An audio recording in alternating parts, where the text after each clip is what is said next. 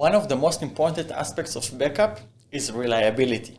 At the end of the day, you backup data so you can restore it when something bad happens to your primary storage, right? But recent report shows that 40% of backups are not reliable. You can read more about that at the blog linked to this video. Cloud backup avoids that problem, making sure your backups are reliable in several ways. First off, the backups are stored independently from your on-top cluster. The backup resides in object storage, a format that's designed to have 11 nines of data durability. If the primary environment goes down, your backup will be okay. Secondly, since Cloud Backup backs up directly with no media gateway, it eliminates the middleman and another point of failure.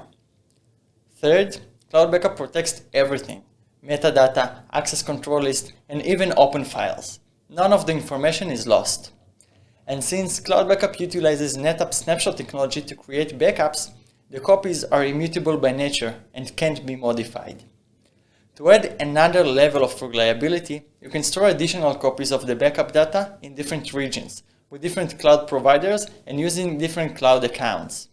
This way, if a single element fails, there's always another way to get the backup data. Take all that together and Cloud Backup offers you backup you can rely on. To read more about reliability, click on the link next to this video.